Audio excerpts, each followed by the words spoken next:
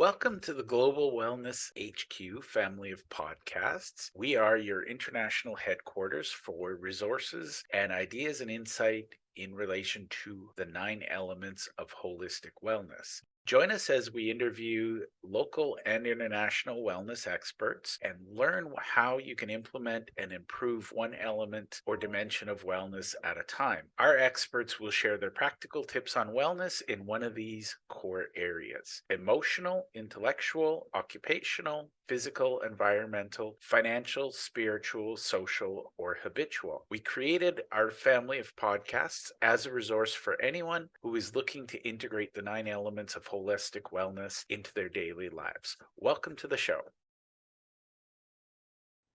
Hi, everyone. Welcome back to the show. Today, I'm excited. I have Deane with me. Christine, why don't you tell my viewers a little bit about who you are and what you do? Oh, wow. I do way too much. That's what I do.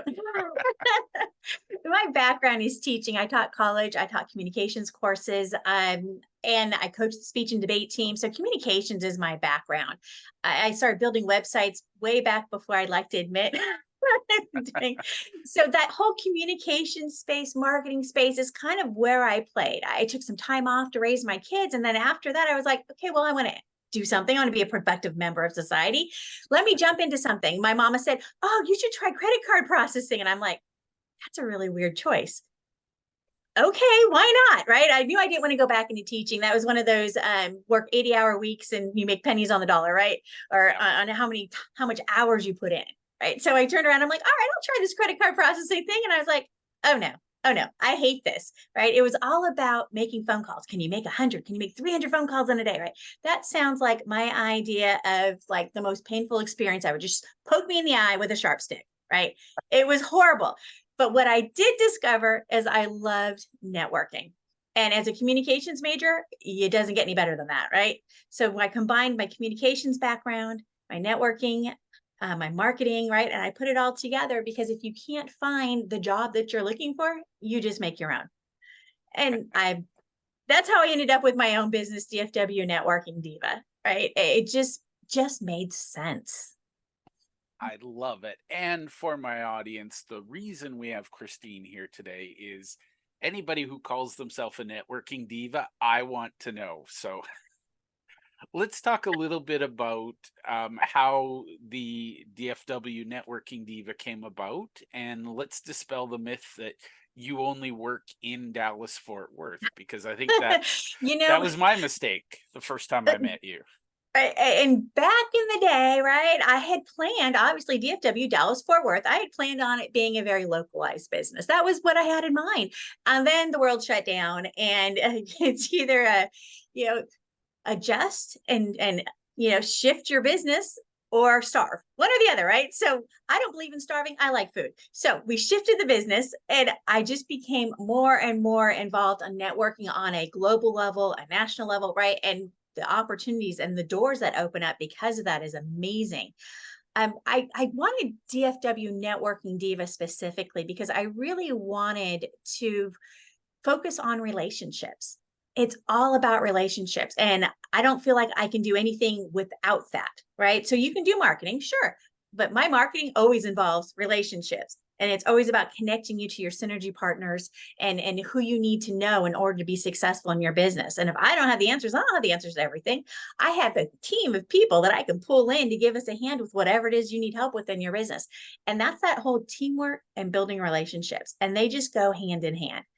I work with those that are trying to do good in the world. I'm a sucker for a cause, right? So if you got a good cause, it doesn't have to be a nonprofit, but if you've got a good cause, I'm like all over. I'm like, sign me up, right? So I want to be involved with helping you be successful so that you can do what you do on a bigger scale.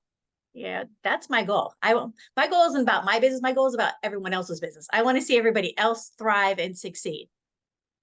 Well, and I think the reality is if we help enough people, I think that's a Jim Rohn quote. If we help enough people get what they want, we'll get what we want. Yeah, there's a Ziegler quote like that too. I'm Oh sure yeah, there's Ziegler. several Sorry. gurus out there that have said that. I believe that. I really do. If Yeah. you're working towards a greater goal and people are working together on it, it's amazing how many people will come in and help you with them, with what you're doing as soon as you let them know what you're up to. I love it. Now, there's a couple of definitions I want to hear your take on because I think I realized early in my life, I just assumed networking that other people knew what I meant by it.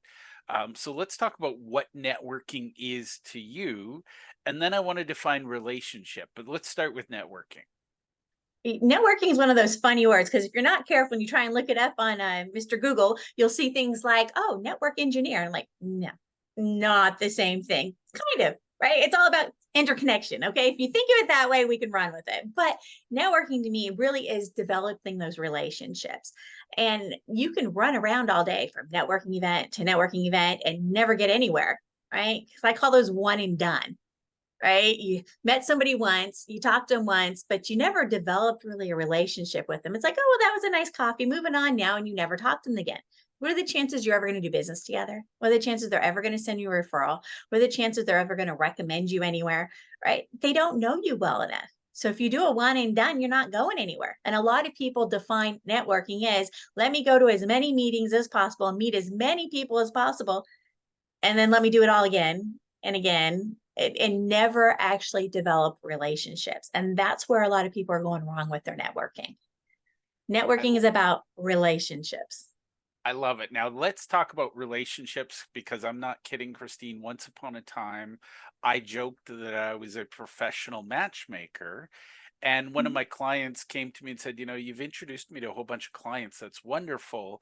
I haven't met a single date through you. And I was like, oh, God, way too literal. So, what do you mean by relationships? Because, again, definitions are very important here. Absolutely. So you probably want to say business matchmaker. You're I throw probably out the missing word a key matchmaker element. because I do know a matchmaker, so if you do need one, reach out. I know somebody, but if you want to stick in the business realm, right, you got to make sure you let people know what that means, right?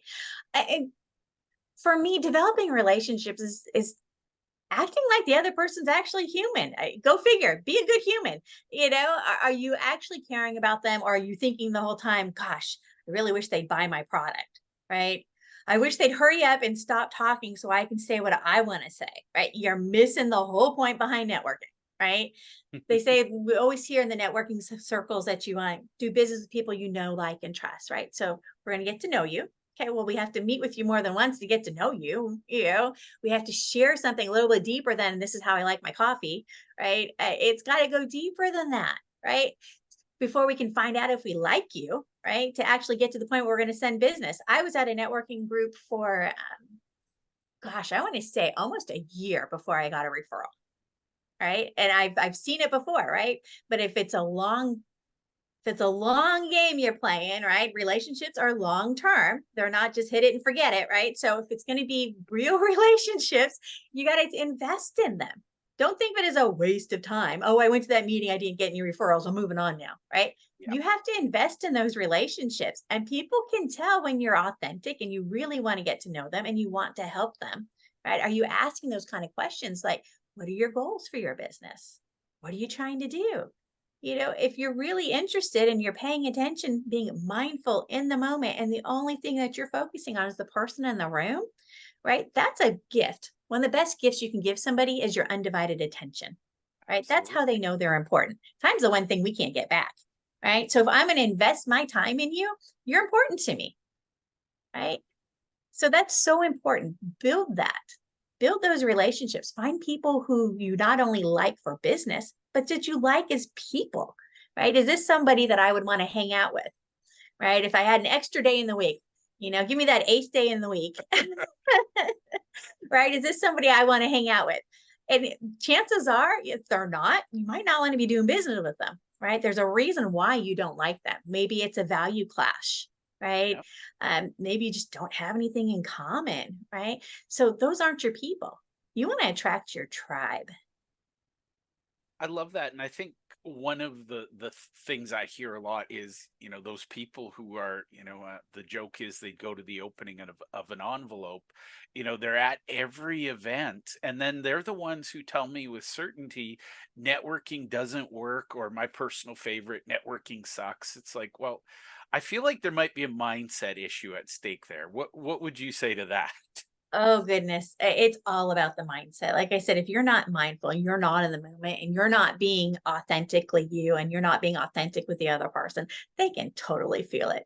They're like, oh, here comes another sales pitch, right? We've all been to a group networking group, and you've been there more than once, and you're like, oh no, here comes so and so, quick, run, hide.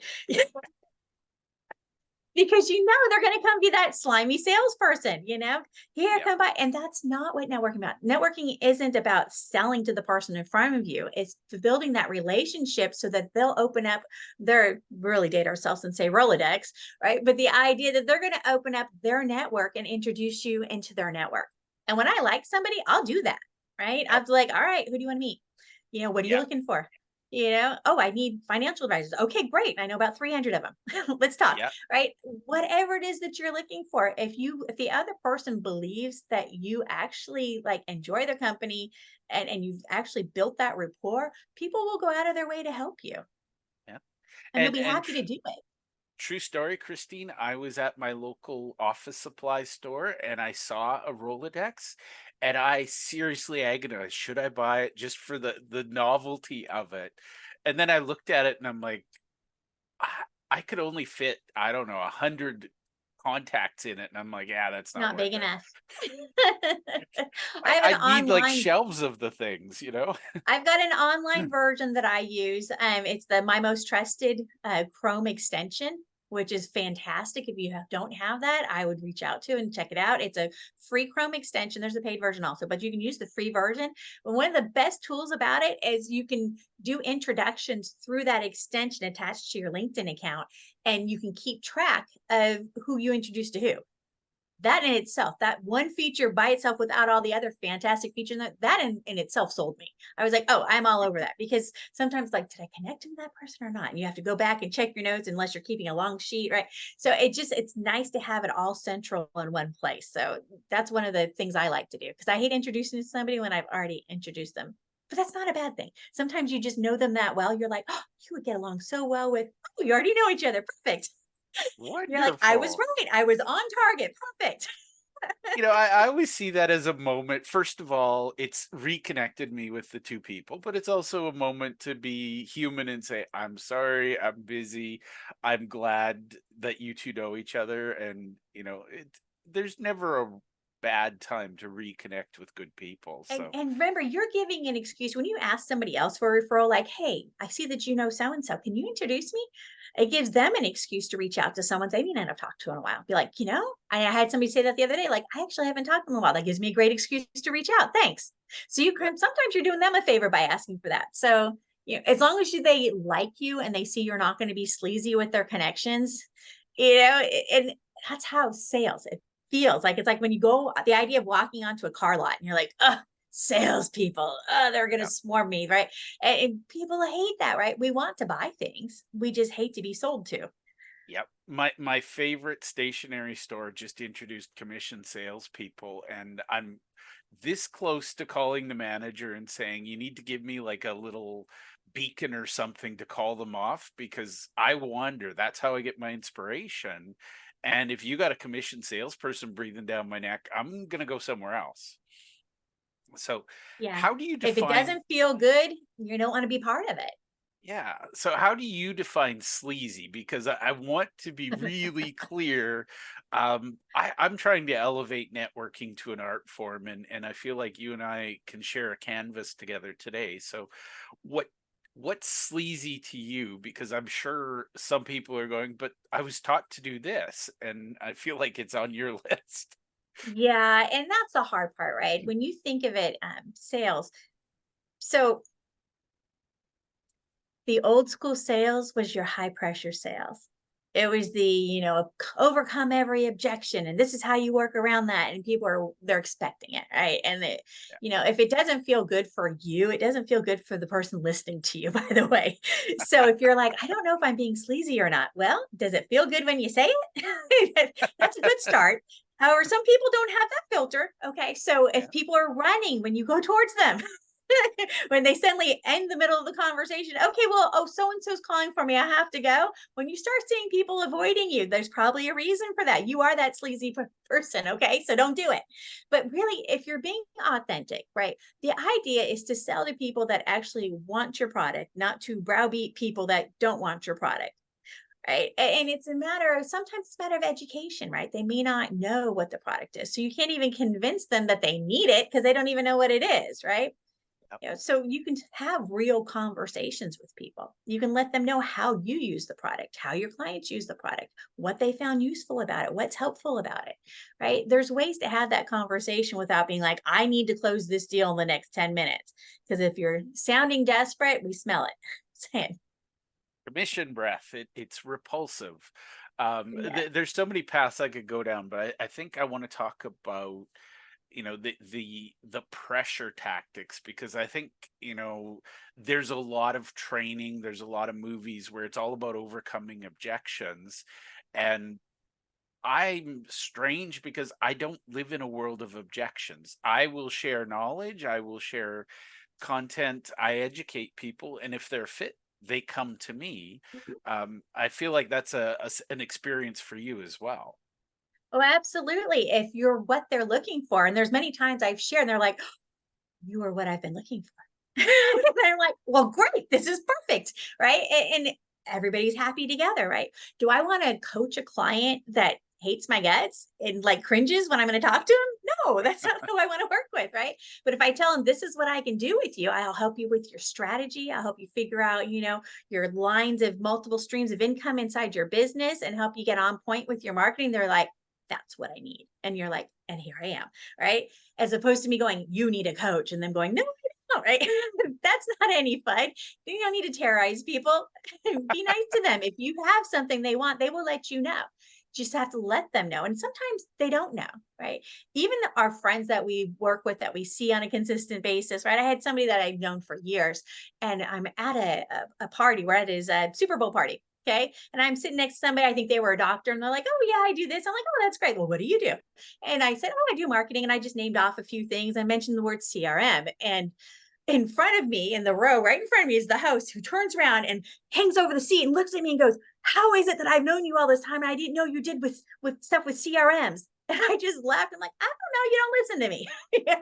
But we forget, right? A lot of times our businesses might evolve. If we're offering new services, it's okay to let your friends know what you do.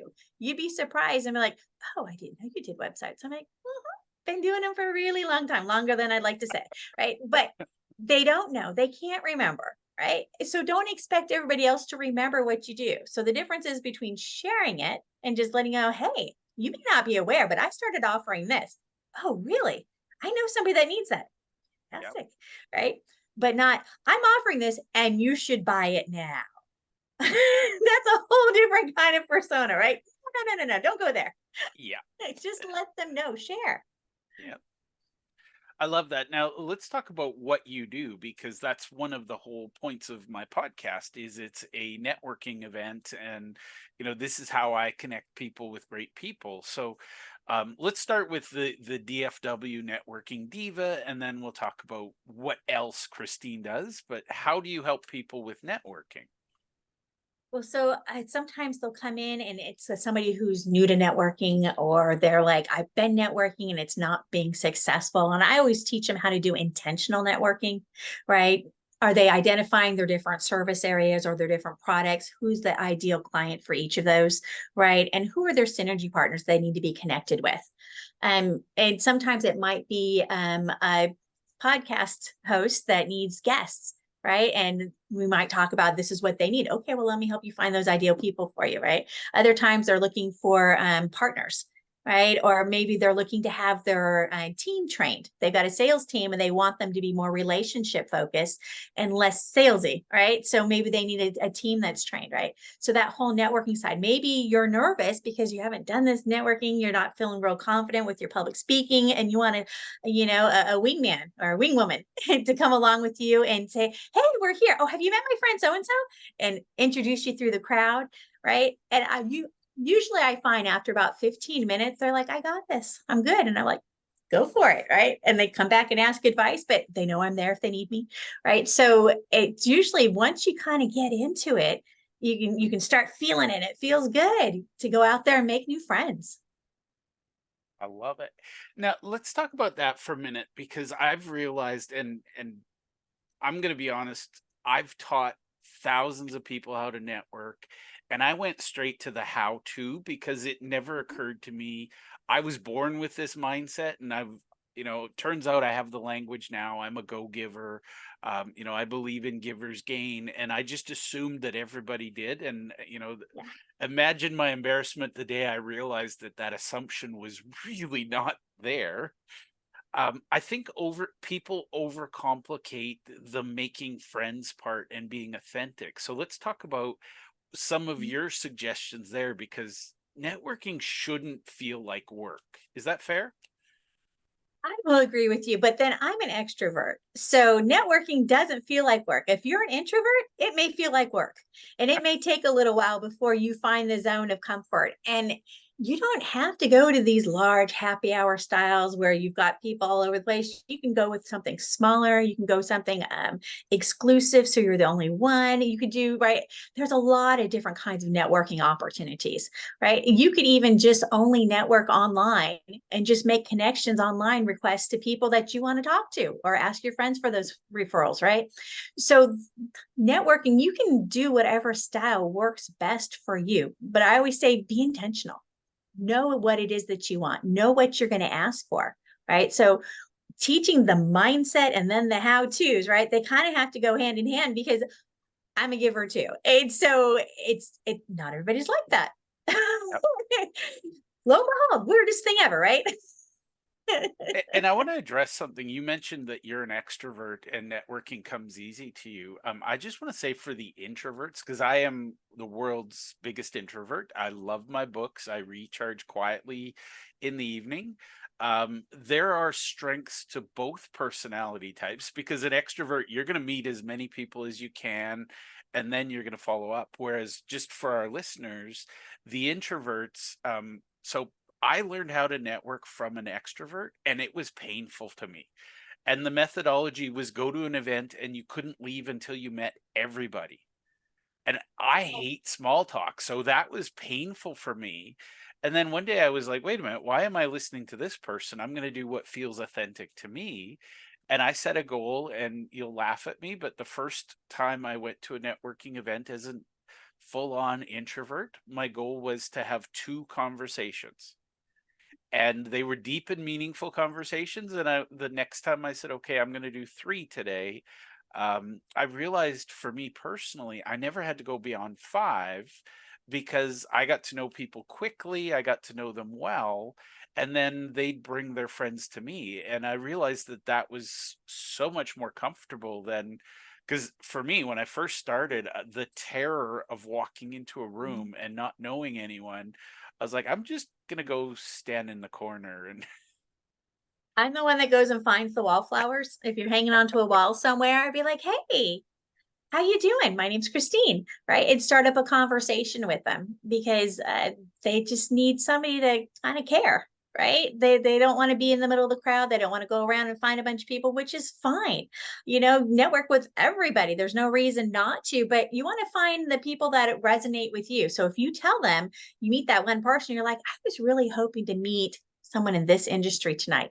If yeah, they're a networker that's the extrovert, they're like, oh, okay, well, come with me. I'll introduce you to this person or I'll send so and so over to you. Right. And they'll do the work for you. yep, So it's perfectly fine to be an introvert. Or, like I said, as an introvert, you don't even have to go to a networking meeting. yep. Just You know a can do few it all extroverts and quietly through LinkedIn. yep. And that's, I teach people how to network on LinkedIn and they're like, "Oh, it doesn't work for me." Like, and I realized that, extroverts go this way, introverts go this way. And I think that's what I would say now with some hindsight is find the thing that works for you and do more Absolutely. of it. Find what your sweet spot is, right? And whatever that sweet spot is, it's okay, right? Just you got to find where your comfort zone is that you can build those kind of relationships that you're looking for. Identify who you want to meet and how you're going to meet them, right? And just put those steps in place and be consistent. And that's really where the technology side of it comes into play, right? I like the my most trusted. There's also use your CRM, right? Don't use your CRM to spam people to death. That's not what it's about. But it's a great place to keep track of who you talk to, right? So you can say, okay, I met with so and so on such and such date. This is what we talked about. This is what they're looking for, right? Whatever it is that you have in your notes. Everybody is either a potential friend, a potential client, a potential referral partner, right? Decide where they fit into your life. Everybody has value, and maybe sometimes it's your turn to add the value. And I think that's again, people try because they heard that this is how you network. And my advice is if it doesn't feel natural, don't do it. Because there's Right. enough ways to network. And that's, I think you and I are sort of on a spectrum where, we're almost close enough because we still believe in that relationship piece. So now let's switch gears a little and talk about some of your favorite tech, because that's honestly one of my biggest questions when I meet fellow connectors. I'm long past the point where I know my brain's not going to hold all of this stuff. So what are some of your favorite tools? And feel free to shout out and give names, because Oh goodness, so watching many. Well, this. I mentioned the my most trusted, the MMT, right? And that's a free Chrome, and it also has an upgraded one. It's got it built into it where you can, when you look at somebody's profile, it'll give you the lowdown on here's a summary of their profile. Here's what we think their personality type is. It's got some AI built in there. Not only that, it'll do some AI for you if you want to send a message to somebody.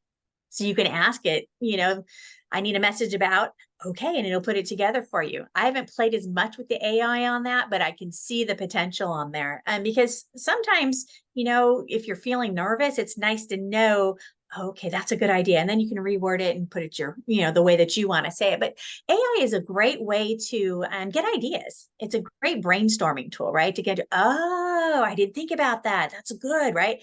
And it just kind of jumpstarts your brain, right? So a lot of the tools you're going to find nowadays are having AI components attached to it.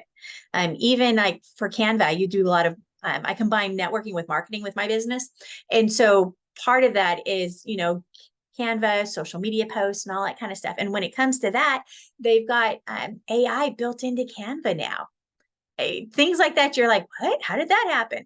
I like the Grammarly app, right? Yep. It just follows you around through the internet wherever you go, and it has a little bubble right there, and it's actually really good for AI. I was talking to a friend, I'm like, oh, where did this come from? I'm like, hey, let's test this out. I happened to be on a Zoom call with one of my clients, and he's like, okay, well, my wife is a realtor. She likes to work with veterans. See what it says. I'm like, okay, I want to help veterans with their real estate, and give me some suggestions on how to, convince them I can help them or whatever. Right. I put that Yeah. in, and then boom, like this 7 paragraph huge. I'm like, this is actually really well written.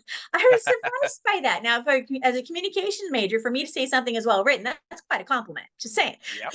because usually I can write it better. But I'm going to say these are pretty doggone good. It's never perfect. You're always going to have to go in and tweak it. But I'm like, here, copy, paste, and give that to your wife. Let her run with it. So there's tools in all sorts of crazy places. If you haven't played in the AI space, check it out. If you don't necessarily want to use it for all your content, or you don't want to copy and paste it exactly, because sometimes there's things that are wrong in there, and you need to make it fit you, authentic, be authentic self, right? And that kind of stuff. But it's great tools for like brainstorming and stuff. One of the ones that we like is magi.co. So MAGAI.co. And I'm going to give you a little secret. If you use Giver 30, you'll get a 30% off for 3 months. Oh, nice. So use Giver 30 for that. Yeah.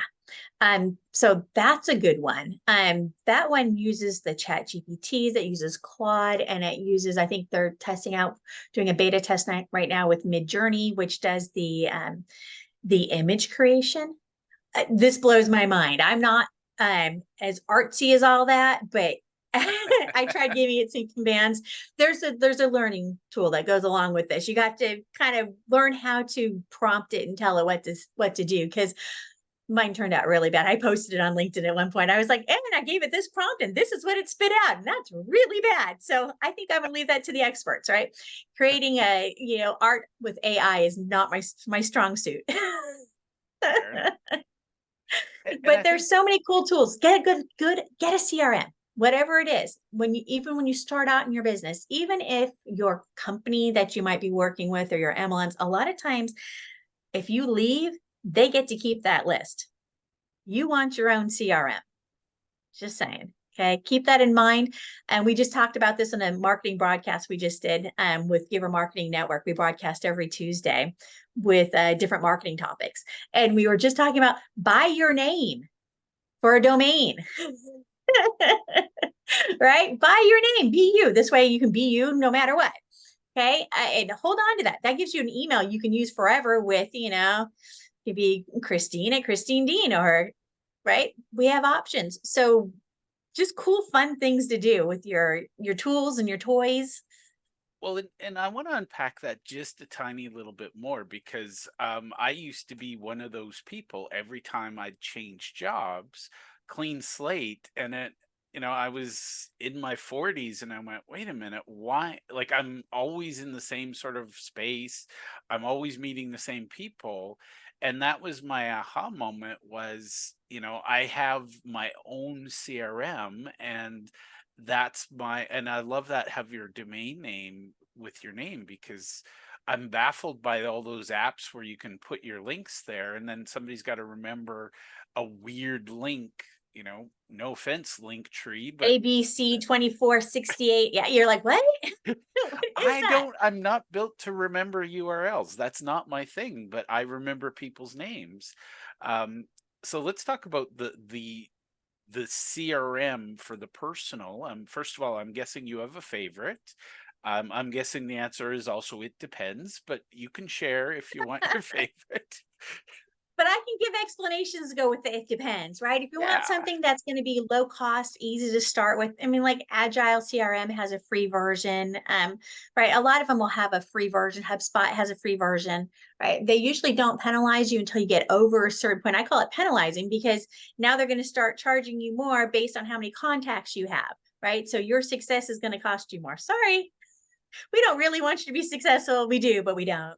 We want our cut, right? Yeah. So just remember that whatever it is that you're going to start off with, make sure that you're setting it up for success. And one of the biggest things on your CRMs is tags.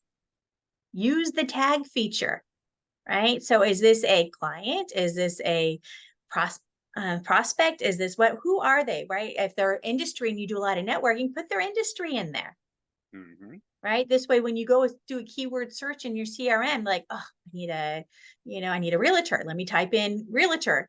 Boom, boom, boom, boom. Everybody pops up at once, right? Yeah.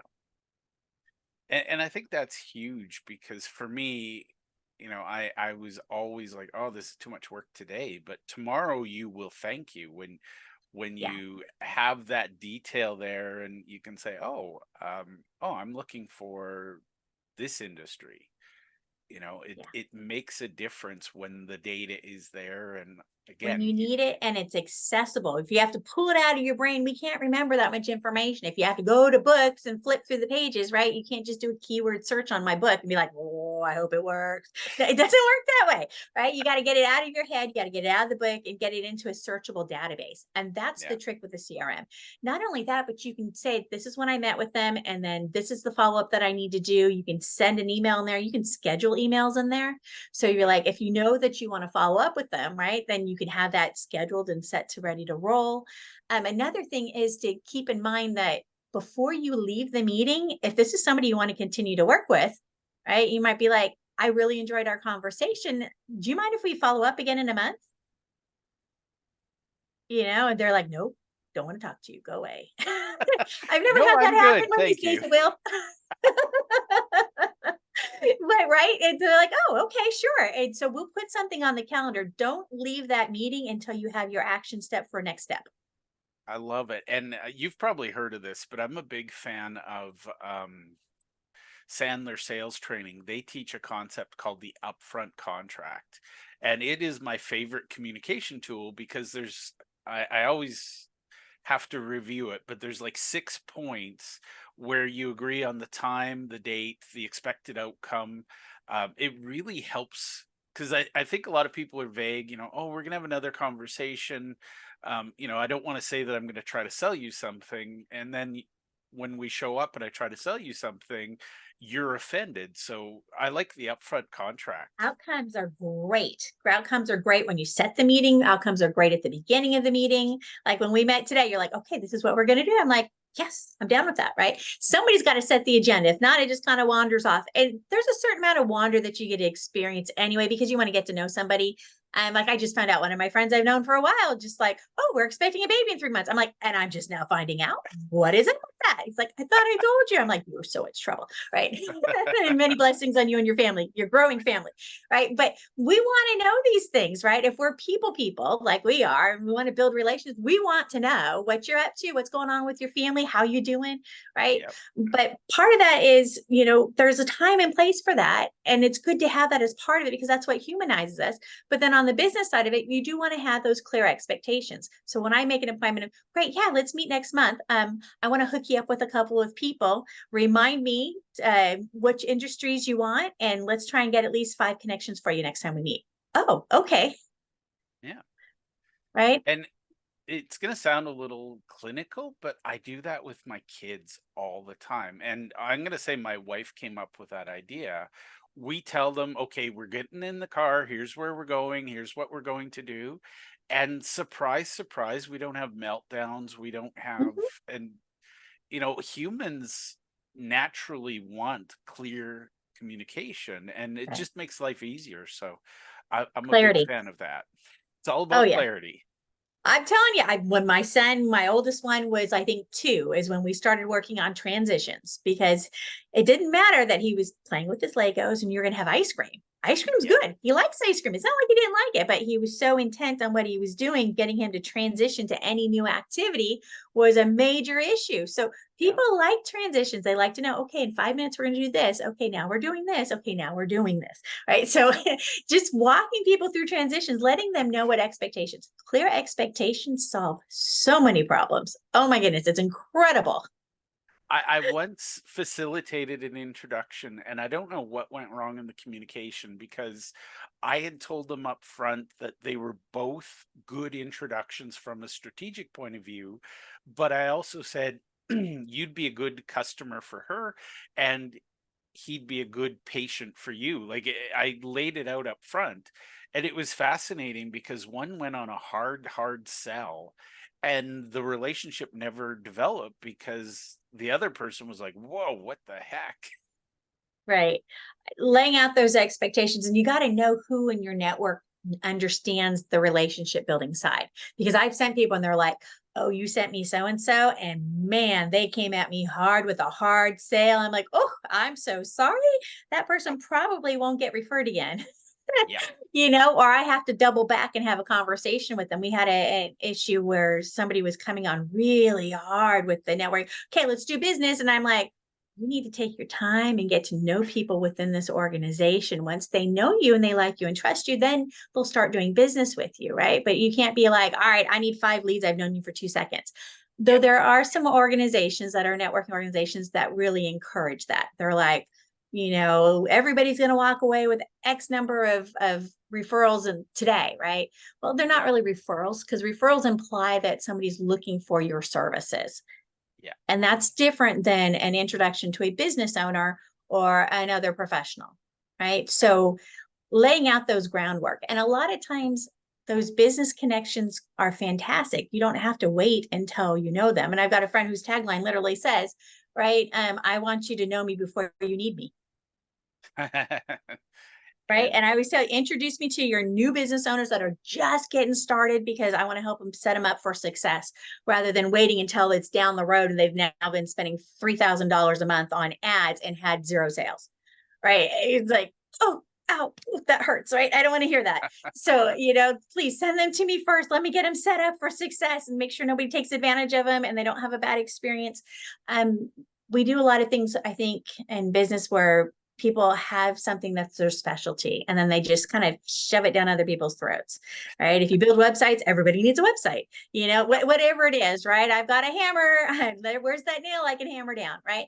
Rather than we need to slow down a little bit sometimes and look at somebody and their business and their personality and their value system and what's important to them and what's their mission and their goals and what are their strengths, what are their superpowers, right? And let's set them up for success, right? And as a good networker, one of the things is the personality types and people and you can answer those questions about your best partners, yeah, right? You know what their values are, you know who they're going to get along well with, right? And it's interesting when you take the time to get to know somebody, you can really make good connections for them because you're giving them somebody in their sweet spot, right? Somebody that's really going to help their business one way or another, whether it's going to help them grow, provide a service for them, make a good connection for them, right? The more time we get to know those people that are in our inner circle, the stronger we can be for partnerships, right? And a lot of times people are trying to get a lot of connections when really you just need a couple of really solid referral partners and it's amazing what you can do. I'm referral based. I don't run ads. I don't, right? yeah, Uh, that's just the way it is. And that's my favorite kind of client, right? They're like, I was talking to him and I thought of you. I'm like, fantastic. Thank you. Let me see if yeah. I can help. And I always tell them, okay, we're going to start off. We're going to just do a free session to start with. And then you can either take it, run with it, and do whatever you need to do, or we can figure out if you have things you want me to do. Do you want to outsource your marketing to me? Or do you want me to coach you through the process because you want to learn? Right. And so I'm versatile. My background in teaching, I'm versatile in what I can do with that. Because I've had clients that are like, I was paying $1,000 a month to have my podcast produced. I'm like, ouch, that's expensive. Would you like to learn how to do that yourself? They're like, Yeah. yes, yes, yes, I would. And I just trained them. And by the end of the month, they were producing their own podcast and been doing it ever since. Right. Save their business $1,000 a month. And for a large business, that may not be a big deal. But for a small business that's starting out, that's a big deal. I love it. Now, I could talk to you all day, but I promised you I'd let you back to your day. Um, Two more questions. Number one, you are the expert at being Christine Deane. I'm not. Is there anything I should have asked you that I haven't? Oh, goodness. We had so much fun today. And did I mention that I'd like to have a follow-up conversation with you to see how I can help you with your business? I love that. Love that. Now, my final question is where can people go to connect with you, learn more about what you do, and experience the world of being in Christine's world? You want to play in my space? Yeah. If you're a mission-driven organization, solopreneur, if you're trying to do good in the world, you're my people. Come hang out with me. You're part of my tribe. And we'll have a lot of fun. I have like executive coaches that are faith-based. I have Christian influencers and authors. I have just like the gambit of just amazing business owners that I get to work with. Blows my mind every day. Veterans, because I serve on the board of directors for the DFW Veterans Chamber of Commerce. I'm on the board of advisors for the Veterans Ranch. So my tribe, come to me. You can come find me at dfwnetworkingdiva.com. That's my website. You'll find on there, there's a spot where you can do a pro bono, just do a discovery call with me and say, hey, this is what I'm up to. You want to team up? Absolutely. Let's talk. I love it. Well, thank you for hanging out with me today, Christine. Thank you, Jeff. You're a sweetheart.